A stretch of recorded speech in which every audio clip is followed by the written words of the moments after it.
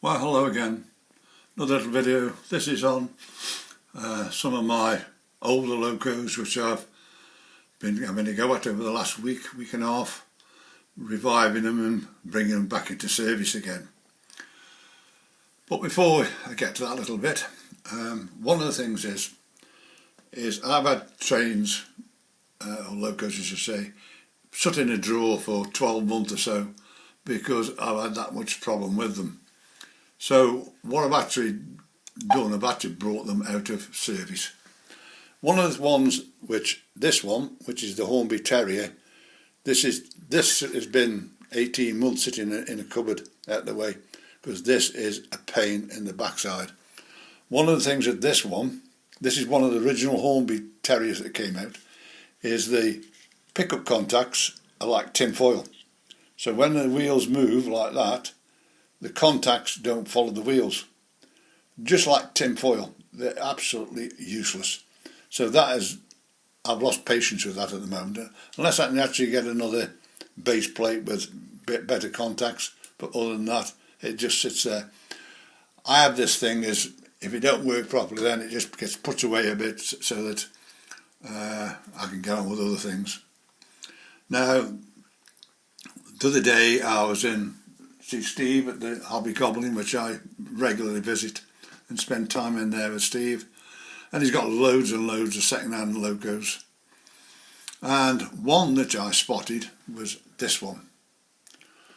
I buy trains for what they look like. This one is of course the radial, Adam radial. This one is the Hornby one. Oxford Rail have got one out as well. I've also got them in green, but this is one of the original version one. This one is. Now I put it because Steve's got a track in the shop. I put it on the track, runs perfect, no problem at all. Brought it back here, put a decoder in because it's just the plugs in the bottom of here, and it was going erratic. It was stopping, starting. What on earth's wrong with this? So I'd make sure all the wheels are clean and everything else, because it's an old model, you know, it's not a new model out of a box. And what I found out is that this from Bogey has got contacts on it. There's contacts on this side and there's contacts on that side, but the wiring inside the Loco is wrong.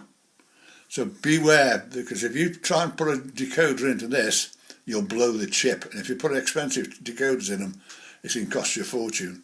And what it actually is this. This is, of course, the plug wiring. The red, of course, is the right rail. Black is the left rail. So that's the left rail, right rail on the main ones. But also what it's got is on number 2 pin, or the yellow one, which is the rear light, is the right-hand bogey. And on here, which is the front lights, which is the white one, it's got the left-hand bogey. So what it is that this part here, these two here and that one are actually working the lights, which goes through this. So what it's doing is putting feeds onto these off the track, which you don't want. So what I've actually done is I've cut that cable there in the middle, coming from here, and I've now wired it to that one there. And this one here, the white one, I've cut that one again about there and brought it and put it onto this one here. So now that they're all common to each other, and the others are just cut out because I don't need all them because I've got no lights on this thing. And this is it. So what it does now is if I actually put it on, what I'll do is I'll actually just put it on 6 miles an hour like this. Look at that. It's brilliant. Grinds a bit on the slow, but it does. Bring it back the other way. I'm actually doing it through my mouse. So I now bring it back again now. But it has a major problem, which a lot of people have found. My track has been down 9 years, so it does have slight places where there's dips. and what it does, it gets wheel spin. So something we've got to cue. One thing is that this bogie has got a spring in it. Now I've seen it where this spring is too strong, and what it's doing is lifting the wheels off the track. So that's the next little project to do, is to do that. Now also as well, I was in Steve's, a chap named Alan, he produces these, which are Alsound speakers. This one here is a smaller one, smaller version, right, 108 watt, and the bigger one, which is basically the size of this, nearly, just a bit smaller than that, but that's what it looks like, right? They are brilliant speakers, because what I've done is on my Princess and my City of Edinburgh, I've put them in there. I don't like those Hornby ones. The Hornby ones are ridiculous. What I did with a lot of my Ds was I put a bass reflex speakers in them. But I've been, where I can, I've been putting these other ones in because they're brilliant. But Steve has also been having some new decoders in, which are these AE models, 19x20. This is it here. And you have to just push that in there. You've got to make sure that's in there. Now, he did say that this won't read on a select, but of course I am going to select. But I just I've got my ESU decoder tester, and I just plugged it in that, and I can decode. I can do that, no problem at all. So they're quite good. And this one is actually, this model is this one, which is an AED 8PH4 full function decoder, and they're really good. I'm really pleased with them. So that's something that I've been working on. So that is some things I've been doing.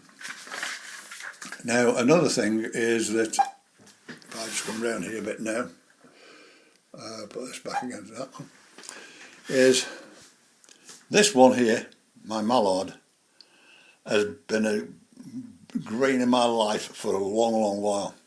One of the things is, on Railmaster, if I put that at 70 mile an hour, the most it'll do is 50 mile an hour.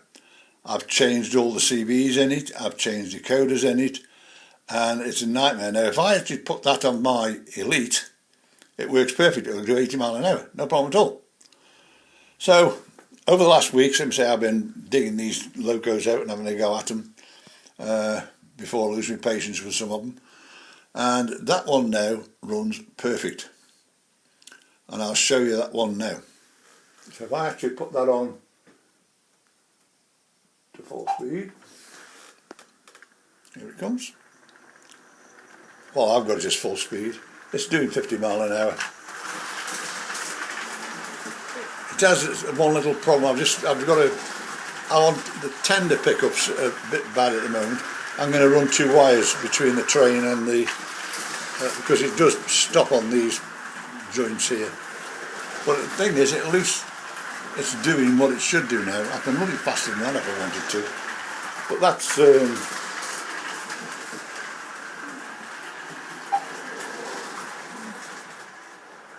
it wouldn't do all this. That'd virtually stop there. But at least it runs now. So I've done all that one. Now this one, this is my original from 9 years ago. And it's been sitting in a box for a long while because it was having bogey problems, it was bouncing, it was doing all sorts of things.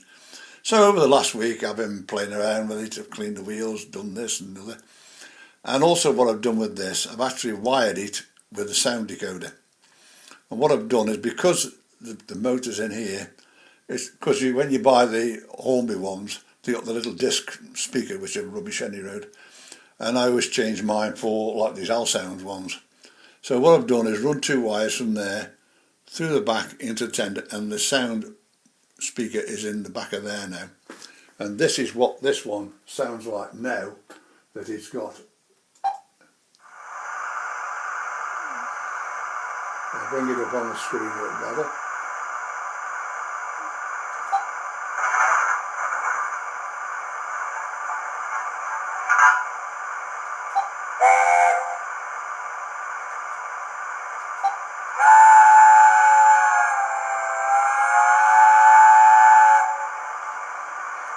really is nice now. So now it's becoming one of my favourites now. So what I actually do now, I actually run this one for you.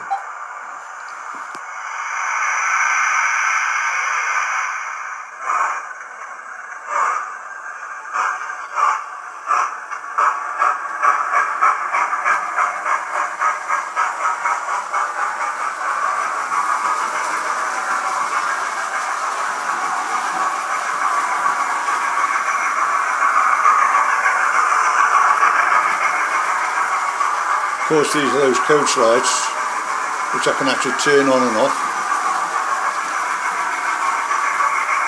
by just running this across the top like that, or just a magnet. As it comes round again,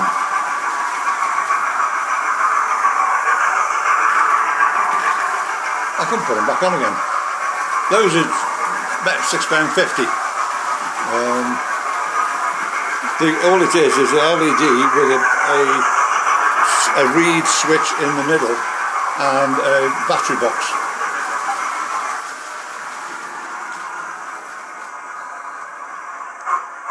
So that's another one of my Locos now back in service. So I've got 2 more now. Let's put this one around here a minute.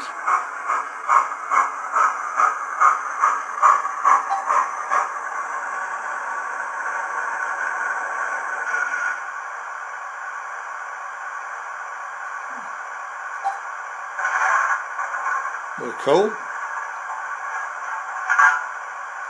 I'll turn it off now, out of the way. Now this one is one of my favourites. This is my Batman 1P.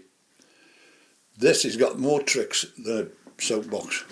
So I'll show you this one now. This is all the functions it's got in it. Look. Loads and loads of stuff in rail joints, rail clatter flanges, coal. Now one of the things is if I click the sound on, like this,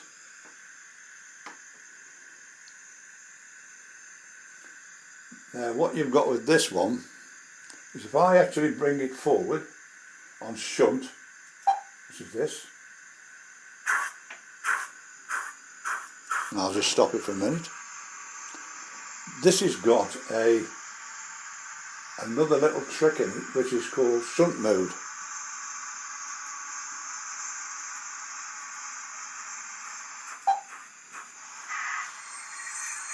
If I take it back again on the reverse like this, now I click it now to shunt mode.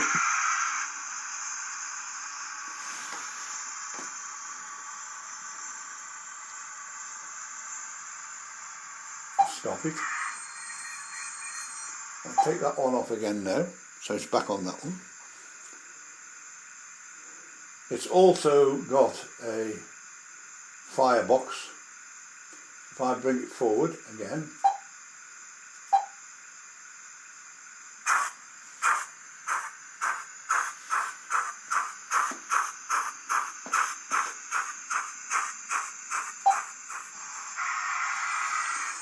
and if I now turn on the firebox, you can just see the firebox glowing there. Now the thing is, the coal shoveling on this one won't come on until you've got the firebox open, which is the correct way of doing it. Now if I leave that one on as it is, now there's another one on here called handbrake. If I put the handbrake on, there it is winding on. Now if I put it in reverse and put it on shunt, nothing happens. Because what you've got to do, you've got to take the handbrake off again.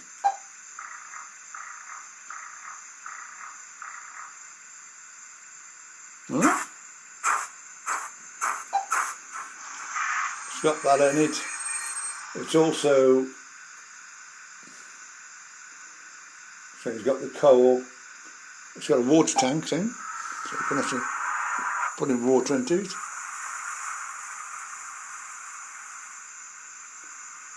So it's really, you hear the firebox shut off again and turn it off. So I say, I've been doing this for the last week and a half. So the thing is, that one there is now found I've got dips in the track. But with all of my, because I've got a lot of diesels, which you don't get the effect on. And this is why sometimes most of these bogies have been coming off, because they're hitting the dips when the train's going at full speed and lifting it off the track. So there's a spot there I know of, and there's a spot over there which I'm going to have to cure. But say this track's been down 9 years, so it's in need of some thing. But most of my other all my other trains run no problem at all. It's just that one there, the new one, is causing me a bit of a pain at the moment. But so I say, I've been doing some question and answers. One of them, I'll just show you this particular one, what it actually is. As you can see, I've got 16 functions up there, and if I just remove this in the middle, I've got them. Now when you actually put this onto this part here, which is this here,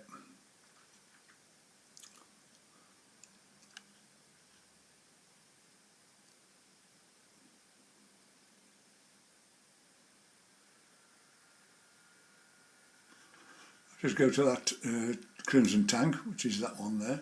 So what it was, this gentleman put all those in, but what you've got to do, you can only tick 6 boxes. All of them will come up, but if you tick more than 6, what it does, it takes them out on here, because there's your first 6 there across the top.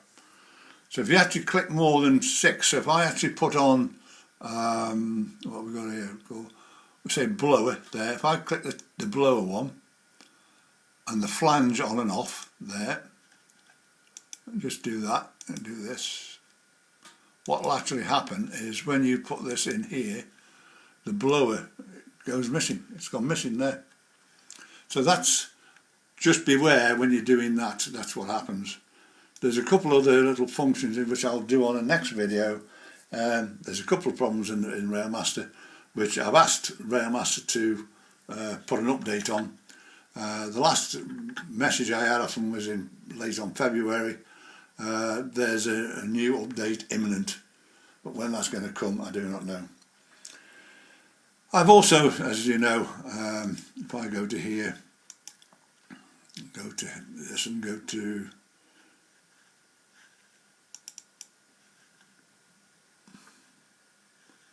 where is it now? I lost it. Go back out again. Pictures here. What I've got in here is all my pictures. Now I've also got stuff on my other system which is all these. Anybody, I can put all the signalling systems in for you. All you got to do is send me your track plan and I will put them all in and make them work. You can only do it though if you got Pro. You can't do it otherwise. They don't, signals won't. You can put the signals in but they will not work. But all the signals work exactly to the actual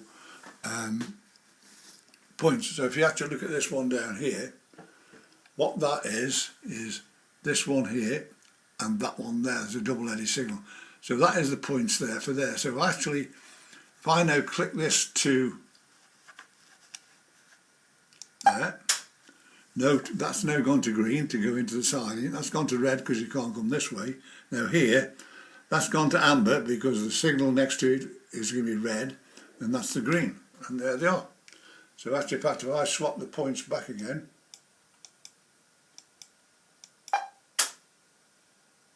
well, it's all changed again. So all that type of thing I can do for you. But anybody's got any problems with Railmaster, don't be frightened to ring me and give me a call. I've been doing this for 9 years. I've had every problem there is in this thing, and sometimes I can give you the answer, or I can actually go through TeamViewer and put it on go to your computer and solve your problem in minutes sometimes.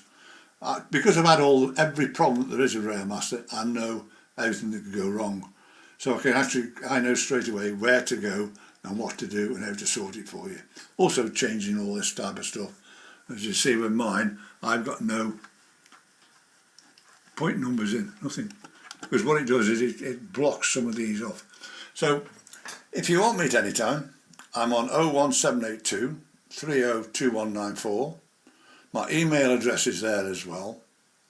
And please subscribe, and also if you wish you can actually donate by going to Hornby Railmaster Brian Hughes. Go to the icon on the bottom of the little icon, on where the little blue ball is. You'll see a donate button. You can press that and you can donate if you wish to. You don't have to do. I do anything I do on this thing, I do for free. You know, I don't charge anybody for any of the work I do on anybody's railway because I love what I do. So for now, I will see you again soon, because what I'll do on the next video, I will go through question and answers. So if anybody's got any questions, and I can give you the answers, but also what I'll do, I'll put it onto a video so we know what we're talking about. So for now, again, I wish you goodbye. Okay, bye.